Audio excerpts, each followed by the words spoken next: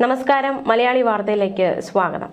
പാകിസ്ഥാനിൽ ചാവേർ ആക്രമണത്തിൽ 12 പേർ കൊല്ലപ്പെട്ടു. ഒട്ടേറെ പേർക്ക് പരിക്ക് പറ്റി.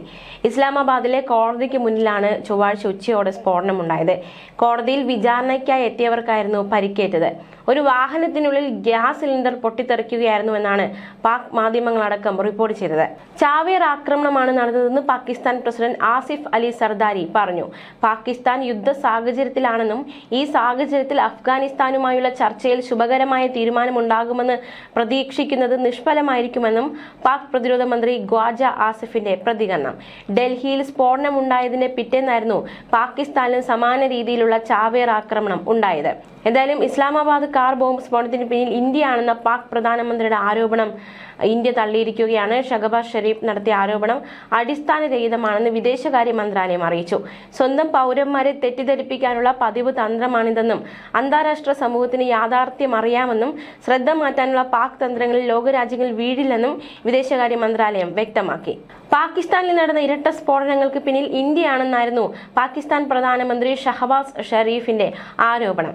ഇസ്ലാമാബാദ് കോടതിക്ക് സമീപം 12 പേർ കൊല്ലപ്പെട്ട ചാവേർ ആക്രമണത്തിനും അഫ്ഗാൻ അതിർത്തിക്കടുത്തുള്ള വാനയിലെ കേഡറ്റ് കോളേജിൽ നടന്ന ആക്രമണത്തിനും പിന്നിൽ ഇന്ത്യയുടെ പങ്കുണ്ട് എന്നായിരുന്നു അദ്ദേഹത്തിന്റെ ആരോപണം. ഇസ്ലാമാബാദിലെ പ്രാദേശിക കോടതിക്ക് പുറത്താണ് ഇത്തരത്തിലൊരു കാർ ബോംബ് സ്ഫോടനം ഉണ്ടായിരിക്കുന്നത്.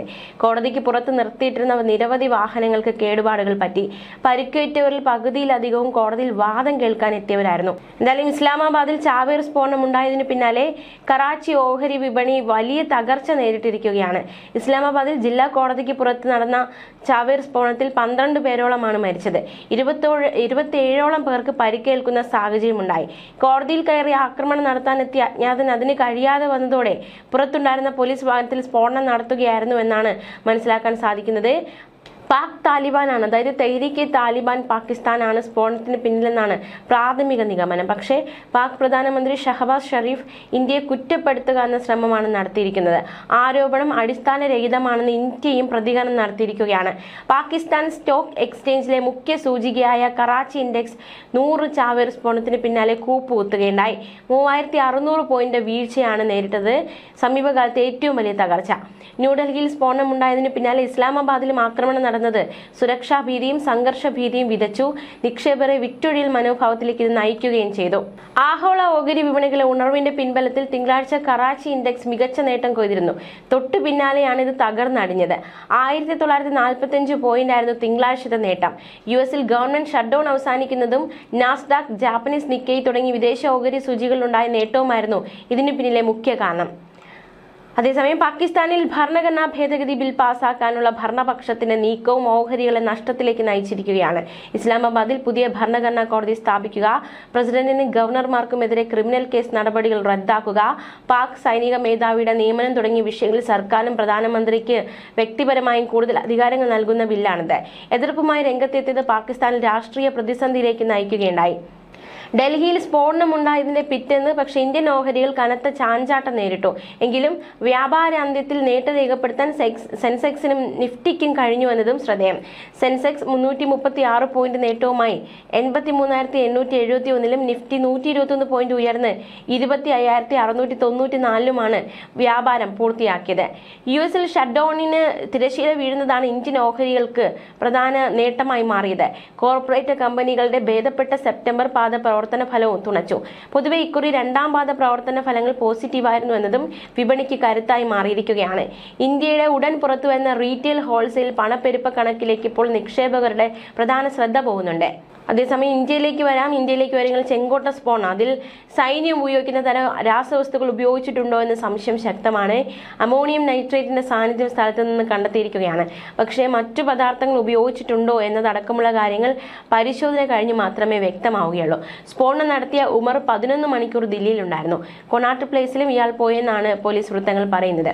ഫരീദാബാദിലെ അറസ്റ്റുകൾ അറിഞ്ഞ ഇയാൾ പരിഭ്രാന്തിയിലായെന്നും അല്ലെങ്കിൽ ഇതിലും വലിയ ആക്രമണത്തിന് സാധ്യതയുണ്ടായിരുന്നുവെന്നാണ് പോലീസ് അടക്കമുള്ളവർ പറയുന്നത്. ചെങ്കോട്ടയ്ക്ക് സമീപത്തെ സ്ഫോടനത്തിൽ അന്വേഷണം ഊർജിതമാക്കി NIA. കഴിഞ്ഞ ദിവസം ഫരീദാബാദ്, സഹറൻപൂർ എന്നിവിടങ്ങളിൽ നിന്ന് അറസ്റ്റിലായ ഡോക്ടർമാരായ ആദിൽ, മുസ്മീൽ, ഷഹീൻ എന്നിവരെ കസ്റ്റഡിയിലെടുത്ത് ചോദ്യം ചെയ്യും.